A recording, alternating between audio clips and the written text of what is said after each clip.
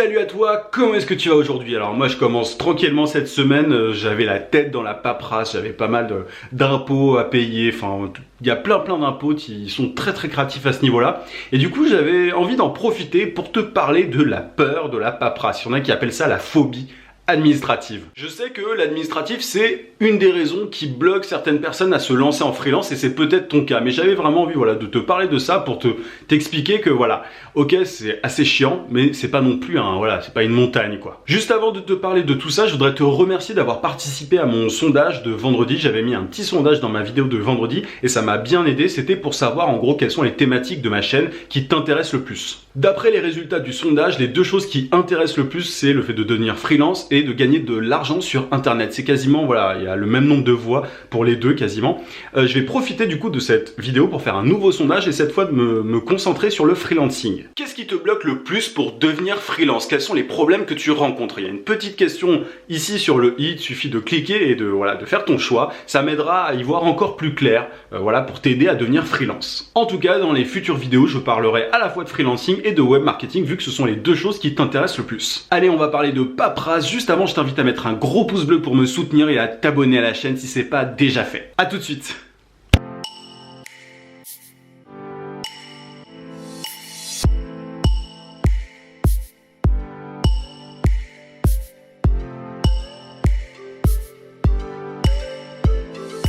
Tiens, c'est marrant, je sais pas si c'est un effet de lumière ou quoi, mais on dirait que je suis au paradis, la pièce est totalement blanche. En parlant de paradis, la paperasse, ça peut être vu comme un véritable enfer par beaucoup de personnes.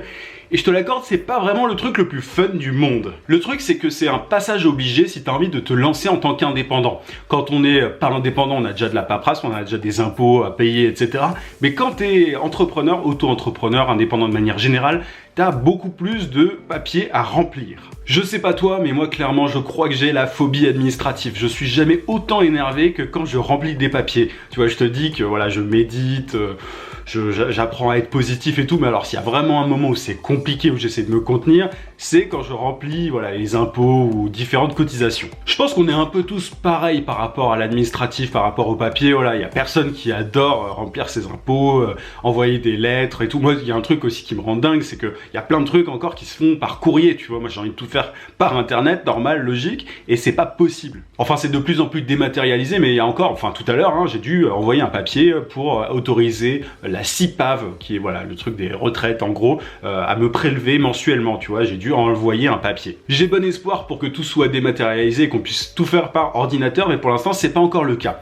Et pour le coup, je sais que c'est un truc qui peut te bloquer si tu as envie de te lancer en tant qu'indépendant. Ça, c'est mon téléphone, je suis désolé, je vais le mettre en silencieux tout de suite. Mais je fais justement cette vidéo pour t'expliquer que malgré le fait que ce soit super chiant, super galère à faire des fois, parce que t'as tout un tas de papiers à remplir, t'imagines même pas, je crois que je passe 30% de mon temps à remplir des papiers, mais j'ai envie de te dire que il faut pas que ça soit un frein pour te lancer en tant qu'indépendant. Parce que crois-moi, il y a beaucoup plus d'aspects positifs que négatifs quand tu es indépendant. Alors oui, remplir des papiers c'est chiant, mais j'ai la totale maîtrise de mon temps, etc. Et le truc c'est que moi je remplis les papiers par moi-même, j'essaie d'apprendre un petit peu si tu veux, parce que c'est la première fois que je remplis autant de papiers, parce que j'ai dépassé mon plafond d'auto-entrepreneur en décembre, et du coup j'ai pas mal d'impôts maintenant à payer, pas mal de papiers à remplir, mais j'apprends. Et ensuite, je déléguerai. Ça, c'est un truc que tu peux faire par la suite quand ça t'embête. Tu peux déléguer tout ce travail-là. T'es absolument pas obligé de le faire par toi-même. Moi, là, j'apprends, je préfère savoir un petit peu à quoi m'en tenir, si tu veux, à quoi correspond quoi. Mais dès que je peux, je déléguerai. Donc, c'est quelque chose que tu peux faire par la suite. Après, c'est pas non plus, je veux dire, au tout début, ok, je te dis, je passe 30% de mon temps travailler, 30% du temps où je travaille. Bon, j'exagère un peu, peut-être, ok, j'avoue. Mais c'est, en tout cas, en termes de perception, je peux considérer que c'est du 30%.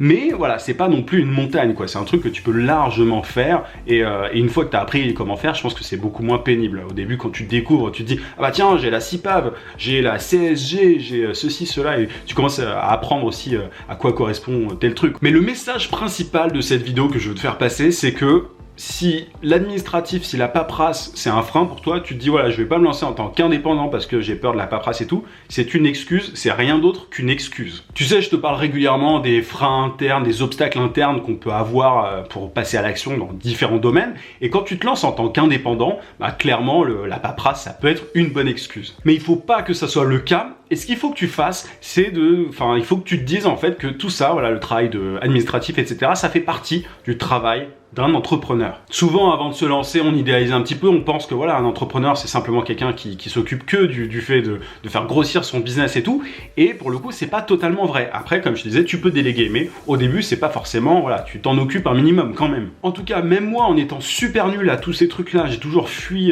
la paperasse et tout, enfin, même quand j'étais en droit, tu vois, moi, si j'ai quitté le droit, voilà, c'est un peu cette raison-là aussi, c'est que le côté un peu rébarbatif, remplir des papiers et tout, c'est pas trop mon truc, mais je m'en sors, tu vois, même moi qui suis super nul, je m'en sors, donc il n'y a aucune raison que tu n'y arrives pas. Ce que je te dis régulièrement, c'est de te lancer et de réfléchir après. Bah là, ça s'applique particulièrement parce que voilà, souvent on se met des freins avant d'agir, de faire quoi que ce soit, et on se dit ah ouais, non en fait. Mais c'est pour ça que là, pour le coup, tu te lances, tu te déclares en tant que freelance, indépendant, enfin peu importe, tu te lances et ensuite tu verras la paperasse et tout. Le truc, c'est que si tu anticipes absolument tout, t'es totalement paralysé. C'est le cas dans beaucoup de domaines, tu vois. Le truc, c'est, par exemple, moi, quand je lance des formations, la dernière fois, tu vois, j'ai travaillé 16 heures d'affilée et tout. Si je pensais à toutes les étapes que je devais réaliser pour lancer une formation, à tout le travail que je dois faire, je ferais absolument rien. Ça me démotiverait direct. Donc, ce que j'ai l'habitude de faire dans un petit peu tout maintenant, c'est d'agir et de réfléchir un peu après. Alors, il s'agit pas de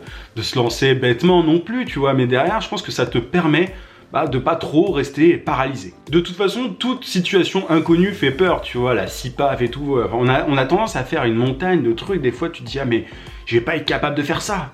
Alors que le truc, c'est que si certains sont capables, comme moi, tu vois, de remplir ce genre de papier, il n'y a aucune raison que tu n'y arrives pas non plus. Et la raison pour laquelle j'ai pas trop envie de rentrer dans tous ces détails d'impôts et tout, c'est pour justement ne pas te bloquer, pour que tu te dises pas, ah non, ça c'est trop flippant, je serais incapable de faire ça. Je fais exprès de pas trop en parler, de pas trop pousser le sujet, parce que dans tous les cas, tu verras par toi-même sur le moment, tu seras obligé de voir par toi-même. Alors oui, je pense que j'en ferai quand même quelques vidéos là sur certains impôts, un peu de paperasse quand ce sera nécessaire, mais c'est un sujet qui est, voilà, pour le coup, que tu vas découvrir en te lançant. Donc moi, mon principal but, c'est que tu te lances, parce que le freelancing, l'indépendance, c'est la meilleure chose qui puisse t'arriver. Donc inutile de te faire peur pour rien, parce que voilà, je pourrais rentrer dans certains détails et tout, mais tu aurais juste peur, ce serait pas constructif.